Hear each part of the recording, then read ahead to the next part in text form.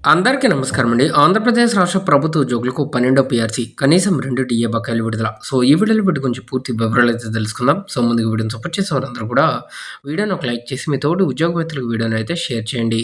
ఛానల్‌ని first time గనుక visit చేసినట్లయితే తప్పనిసరిగా సబ్స్క్రైబ్ అయితే చేసుకొని పక్కనే ఉండే బెల్ సింబల్‌ని యాక్టివేట్ చేసుకోండి. ఇప్పుడు ఆలస్యం చేయకుండా డీటెయిల్స్‌లోకి అయితే వెళ్ళిపోదాం. ప్రభుత్వ ఉద్యోగుల పోరుబాట అని చెప్పేసి ప్రభుత్వంపై ఇంపార్టెంట్ అప్డేట్ అయితే రావడం జరిగిందండి. సో, యాక్చువల్‌గా కూటమి ప్రభుత్వం అధికారంలోకి వచ్చిన వెంటనే ఫస్టు మనకి 12వ పీఆర్సీని ఎలాంటి ఆలస్యం చేయకుండా ఇంప్లిమెంటేషన్ చేస్తామని చెప్పడం జరిగింది.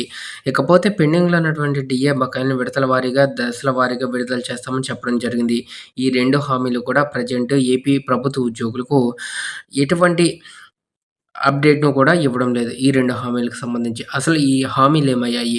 సో, ఉద్యోగుల సంక్షేమాన్ని, ఆర్థిక ప్రయోజనాల్ని విస్మరించిన రాష్ట్ర ప్రభుత్వంపై పోరుబాట పడతామని ఏపీ ఉద్యోగుల జేఏసీ అమరావతి జిల్లా చైర్మన్ ఆర్ఎన్ దివాకర్ రావు పిలుపునైతే ఇవ్వడం జరిగింది. హక్కుల సాధన ఐక్యంగా ఉద్యమిద్దాం. సో, ఈ నెల 21న జేఏసీ ఆధ్వర్యంలో నిర్వహించబోతున్న ఉద్యమ సన్నద్ధం సభ నేపథ్యంలో గురువారం ప్రభుత్వ ఐటీఐ, ప్రజా ఆరోగ్య శాఖ ఎస్ఈ, ఈఈ కార్యాలయాలను సందర్శించి ఉద్యోగులను విస్మరించిన ప్రభుత్వ తీరును వివరించారు.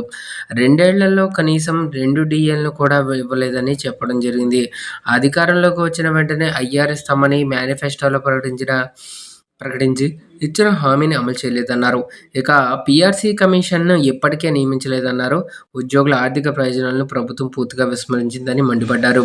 ప్రభుత్వంపై న్యాయ పోరాటంలో భాగంగా తలపెట్టిన ఉద్యమ సన్నద్ధ సభ విజయవంతానికి సహకరించాలని ఉద్యోగులను కోరడం జరిగింది.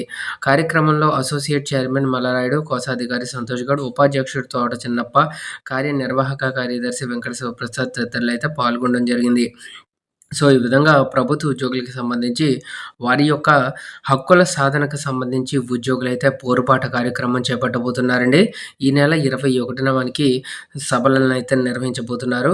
సో, పెండింగ్‌లో ఉన్నటువంటి డీఏ బకాయిలతో పాటుగా 12వ పీఆర్సీకి సంబంధించి కమిషన్ చైర్మన్ నియమించడానికి సంబంధించి ప్రభుత్వం వెంటనే చర్యలు తీసుకోవాల్సి అయితే ఉంది. సో, ఇదండి వాళ్ళ ఎంప్లాయీస్ నుంచి వచ్చిన తాజా updates. For more updates subscribe to our channel.